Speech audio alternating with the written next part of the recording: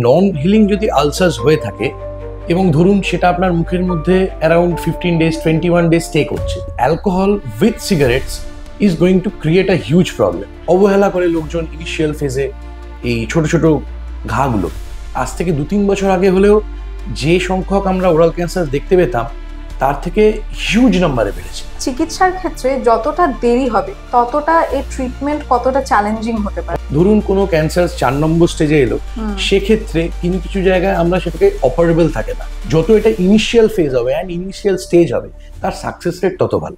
আমাদের আশেপাশে বহু মানুষ রয়েছেন যারা বলতে গেলে প্রতিদিনই মুখের ভেতরে ছোট্ট একটা ঘা কিংবা লালচে দাগকে প্রতিনিয়তই অবহেলা করে চলেছেন। ভাবছেন সামান্য আলসার হয়েছে, নিজে নিজেই সেরে যাবে, কিন্তু এই সামান্য লক্ষণটাই পরবর্তীতে মুখের ক্যান্সারের মতো ভয়ঙ্কর রোগের জন্ম দিতে পারে বা হতে পারে প্রথম সতর্কবার্তা। আজ ওরাল ক্যান্সার নিয়েই কথা বলবো। আমার সঙ্গে রয়েছেন বিশিষ্ট oral oncologist doctor Rajasvi Banerjee. Doctor Banerjee, আপনাকে দ্য ওয়ালে স্বাগত। আমরা জানি আমাদের দেশে এই ওরাল ক্যান্সারটা কিন্তু একটা ক্রমবর্ধমান স্বাস্থ্য ঝুঁকি। তো সেই ক্ষেত্রে প্রথমেই যেটা জানতে চাইবো সেটা হচ্ছে এই কোন কোন প্রাইমারি সিমটম গুলো রয়েছে যেগুলো মানুষ দীর্ঘদিন ধরে অবহেলা করে চলেছে যতক্ষণ না অনেকটা দেরি হয়ে যাচ্ছে। তো প্রাইমারিলি মুখে যে কোনো রকমের ঘা, যে ঘাটা লালচে রঙের হয় বা সাদাটে রঙের, এই দুটো জেনারেলি কালারের হয়ে থাকে। তো এটাকে আমরা জেনারেলি বলে থাকি যে non healing any sorts of ulcers. তো নন হিলিং যদি আলসার্স হয়ে থাকে এবং ধরুন সেটা আপনার মুখের মধ্যে অ্যারাউন্ড 15 days 21 days স্টে করছে, তো সেক্ষেত্রে সেগুলোকে should have to B addressed. সাধারণভাবে কাছাকাছি কোনো ডেন্টাল ক্লিনিক বা কোনো জেনারেল প্র্যাকটিশনার্সদের কাছে গিয়ে সেটা একবার পরীক্ষা করিয়ে নেওয়াটা খুবই দরকার। অনেক সময় এক্ষেত্রে আমরা যেটা পেয়ে থাকি সেটা হচ্ছে সব বড় হয়ে যাওয়ার পরে ট্রিটমেন্টগুলো, তো সেগুলোই হচ্ছে মেইন প্রবলেম, যে অবহেলা করে লোকজন ইনিশিয়াল ফেজে এই ছোট ছোট ঘাগুলোকে।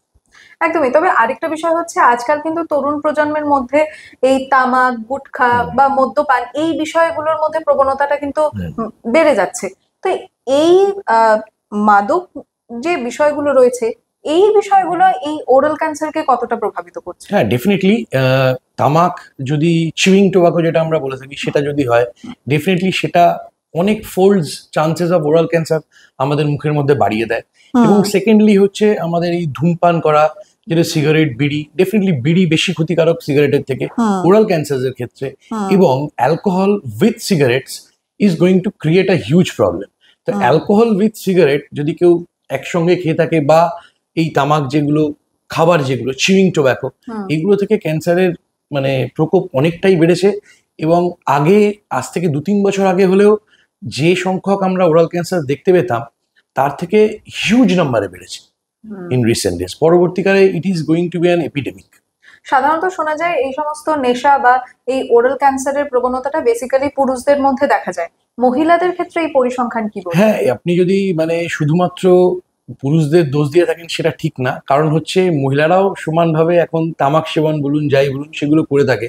এবং আপনি যদি একটু আউটস্কার্টসে যান, ওয়েস্ট বেঙ্গলের আউটস্কার্টসে, সেখানে রিভার্স স্মোকিং এবং গুড়াখু, গুটখা, চিউইং টোব্যাকোর প্রবাবিলিটি অফ ইউজ অনেক বেশি। তো কোনো একটা রকম ভাবে পার্থক্য করা খুব ডিফিকাল্ট যে মহিলা এবং পুরুষের মধ্যে এই প্রবণতার জন্য। তো both are evenly open to cancers, এরকম। একদমই। এটা খুবই একটা গুরুত্বপূর্ণ কথা ছিল। তবে তার পাশাপাশি আরেকটা বিষয় চলে আসছে, যেমনটা আমি শুরুতেই বলেছিলাম, আমাদের কোয়েশ্চেন গুলো খুবই কমন কিন্তু গুরুত্বপূর্ণ। সেটা হচ্ছে গিয়ে এই চিকিৎসার ক্ষেত্রে যতটা দেরি হবে ততটা এই ট্রিটমেন্ট কতটা চ্যালেঞ্জিং হতে পারে। অবশ্যই ইনিশিয়াল ফেজ অফ ক্যান্সার, যেটা আমরা বলে থাকি স্টেজিং ওয়াইজ আমরা এটাকে ডিভাইড করে থাকি, depending upon the size of the tumour, depending upon the site of the tumour, treatment অনেকভাবে চেঞ্জ হয়। ধরুন একটা T1 লিশন এলো, যেটা হচ্ছে ইনিশিয়াল ফেজ, সেটাকে অপারেট করলে তারপরে রেডিয়েশন বা কেমোথেরাপি লাগে না। এবং যদি যত সেটা এক্সিড করবে ইন লেটার স্টেজ, এটার আলটিমেটলি 4 নম্বর স্টেজ অব্দি হয়। ধরুন কোনো ক্যান্সার 4 নম্বর স্টেজে এলো, সেক্ষেত্রে কিছু জায়গায় আমরা সেটাকে অপারেবল থাকে না, প্লাস মেটাস্টাসিসের chances in any other part of the body অনেক বেশি বেড়ে যায়। এবং এর সাথে আরেকটা যেটা প্রবলেম হচ্ছে যে এই ইনঅপারেবল কেসগুলোতে ধরুন আগে হয়তো কেমোথেরাপি, যেটাকে আমরা NST বলে থাকি, তো সেটাও এখন দেওয়া যেতে পারে, but the thing is that survival chances, আমরা যেটাকে আমাদের ভাষায় বলে থাকি DFS, disease free survival chances is like in stage 4 cancer less than 30%। সেটা যদি ইনিশিয়াল ফেজ হয়, it is more than above 75% for the 5 years। তো ডেফিনেটলি মানে যত টাইম যাবে তত আপস্টেজিং অফ দ্য টিউমার হবে। একদমই। তবে ডক্টর ব্যানার্জি, এই যে স্ট্রোক বলুন বা ক্যান্সারের মতো রোগ বলুন, এগুলো কিন্তু ফিরে আসার একটা বিষয় থাকে। তো এই ক্ষেত্রে এই ওরাল ক্যান্সারটা ফিরে আসা বা সেই পেশেন্টের লাইফস্টাইলের ওপর এটা কতটা চেঞ্জেস নিয়ে আসছে? অবশ্যই আমরা যে ইনিশিয়াল ফেজে যে ট্রিটমেন্টটা দিয়ে থাকি, ধরুন একটা T4 কি T3 ক্যান্সার হলো, জিভে হতে পারে, গালে হতে পারে, ঠোঁটে হতে পারে। তো এখন যেটা পার্ট হচ্ছে, আমরা রিকনস্ট্রাকটিভ সার্জারির উপরে অনেকটা বেশি জোর দিয়ে থাকি। প্রাইমারি তো ডেফিনেটলি লিশনটা বাদ যাবে, নেক ডিসেকশন, এটা গলা দিয়ে ছড়ায়, তো নেক ডিসেকশন ডেফিনেটলি করা হয়। বাট তারপরে তার যে ফাংশনাল আউটকাম, সে যে বাইরে গিয়ে মানুষের সাথে মিশবে, এগুলো খুব বেশিভাবে ম্যাটার করে। সেই জন্য আমরা এখন ফ্রি ফ্ল্যাপ করে থাকি, যে ডিস্টেন্স টিস্যু ট্রান্সফার।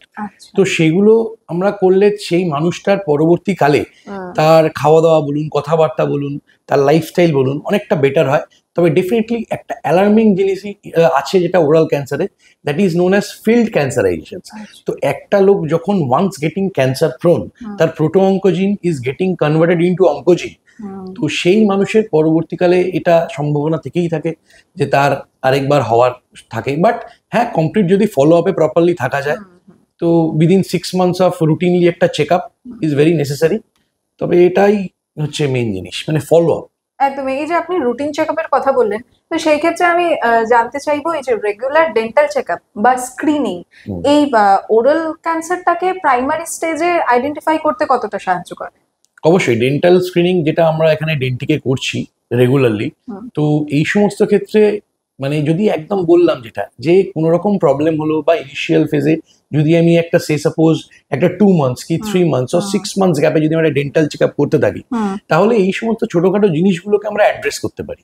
তো এই অ্যাড্রেস করতে পারলে, আমি বললাম যেটা আগেই, সেটা হচ্ছে যে যত এটা ইনিশিয়াল ফেজ হবে অ্যান্ড ইনিশিয়াল স্টেজ হবে, তার সাকসেস রেট তত ভালো। তো এটাই ইজ ম্যান্ডেটারি, যেমন আমরা হেলথ চেক আপ করে থাকি, it's similar to that, dental check up is mandatory. তো আরেকটা বিষয় হচ্ছে ডক্টর ব্যানার্জি, আপনি কিন্তু মাঝখানে বললেন যে রেগুলার মেইনটেনেন্সের একটা ব্যাপার রয়েছে। তো সেই ক্ষেত্রে আমাদের যে লাইফস্টাইল, আমাদের ফুড হ্যাবিট বা আমাদের এক্সারসাইজ হোক বা অন্যান্য যে সমস্ত আমরা দৈনন্দিন যে কাজগুলো করে আসছি, সেই ক্ষেত্রে আপনি কি কি সাজেশন দেবেন যে এগুলো করলে কিছুটা হলেও নিজের থেকে এই ওরাল ক্যান্সারটাকে বাড়তে দেওয়াটা রোখা সম্ভব?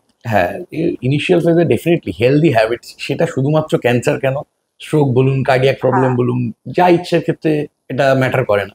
তো healthy habits is a very important thing. আর যতটা অ্যাভয়েড করা যায় junk foods and all avoid করাটা উচিত। আর তার সঙ্গে মেইনলি যদি আমি শুধু ওরাল ক্যান্সারের কথা বলে থাকি, তাহলে হচ্ছে গিয়ে যে কোনো জাতীয় তামাক জাতীয় দ্রব্য, এগুলোকে পরিত্যাগ করলেই আমার মনে হয় সেটা বেটার। এগুলোকে সরাতে পারলে লাইফ থেকে, তবে হ্যাঁ, chances of the cancer will be reduced. But it is very difficult to say. All over the world এটাই নিয়েই কথা হয় যে how this things are happening. They are also related to genetics, related to environmental issues. So it is very difficult to predict. But হ্যাঁ, আমার হাতে যেটুকু আছে, যেটুকু করলে আমি আমার ভালোভাবে সুস্থভাবে বেঁচে থাকতে পারি, সেই জিনিসগুলো যতটা পারে দেখা গেলে ততই ভালো। তবে ভারত বা বাংলাদেশের ক্ষেত্রে দেখা যাচ্ছে এই ওরাল ক্যান্সারে কিন্তু মৃত্যুর হারটা অনেকটাই বেশি। তো আপনার কি মনে হয় এটার সমস্যাটা কোথায় লুকিয়ে রয়েছে? শুধু কি এই তামাক আর মাদকের মধ্যে, না অন্য কোনো রিজন রয়েছে? সমস্যাটা একটাই, সেটা হচ্ছে মানুষ প্রথম দিকটা অবহেলা করে। যত ইনিশিয়াল ফেজ হবে, আমি যেটা বললাম, success rate is going to be high.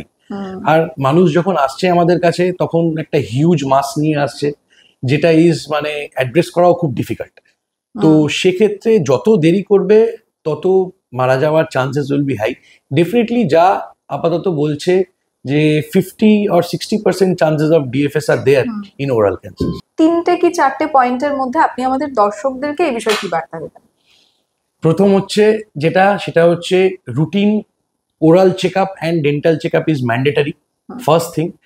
Second হচ্ছে কোনো রকম সমস্যা যদি মুখের মধ্যে থেকে থাকে, জ্বালা যন্ত্রণা, কোনো জায়গায় ঘা, সেটাকে ইনিশিয়াল ফেজেই অ্যাড্রেস করা। সেটাকে ফেলে রেখে দেখবো বলে ওয়েট করাটা ইজ ভেরি নট এথিক্যাল। সেটা আপনার শরীরের জন্য। এবং তার থেকেও বড় কথা হচ্ছে, যত আপস্টেজিং হবে, যেটা আমি বললাম, যে ক্যান্সার, তত কিন্তু বেঁচে থাকার সুযোগ কম। তো সেক্ষেত্রে ইনিশিয়াল ফেজে ট্রিটমেন্ট করাটা ইজ ম্যান্ডেটারি। আর ডেফিনেটলি যেমন আমি বললাম, oral check up camps and all, যেটা আমরা অর্গানাইজ করছি অলরেডি। হ্যাঁ, তো এরকম শুধুমাত্র আমাদের এখানে কথাও বলছি না, যারা ডিস্টেন্স জায়গায় আছেন definitely go for routine oral check ups. তাহলে আজকের আলোচনা থেকে আমরা জানতে পারলাম যে ওরাল ক্যান্সার যত তাড়াতাড়ি শনাক্ত করা যাবে, এর চিকিৎসাও তত তাড়াতাড়ি হওয়া সম্ভব এবং সহজে হওয়া সম্ভব। আর সব থেকে গুরুত্বপূর্ণ বিষয় হচ্ছে তামাক, গুটখা বা মদ্যপান, এগুলো ত্যাগ করাই হচ্ছে প্রতিরোধের প্রথম ধাপ। আর ডক্টর ব্যানার্জিকে আজ অসংখ্য ধন্যবাদ আমাদেরকে এতটা সময় দেওয়ার জন্য, আর এই বিষয়ে এত খোলাখুলিভাবে আমাদের দর্শকদেরকে বুঝিয়ে বলার জন্য। আর আমাদের দর্শকদের উদ্দেশ্যে বলবো, যদি এপিসোডটা ভালো লেগে থাকে তাহলে অবশ্যই লাইক করবেন, প্রিয়জনদের সঙ্গে শেয়ার করবেন। কোনো প্রশ্ন থাকলে বা কোনো শারীরিক সমস্যা থাকলে কমেন্ট সেকশনে জানান, সেই বিষয়েও কথা হবে। আজ এ পর্যন্তই। পরের এপিসোডে থাকছে আরও একটি গুরুত্বপূর্ণ বিষয়। ততক্ষণ ভালো থাকুন, সুস্থ থাকুন আর দেখতে থাকুন দ্য ওয়াল নিউজ, কারণ খবর এখন এখানেই। নমস্কার।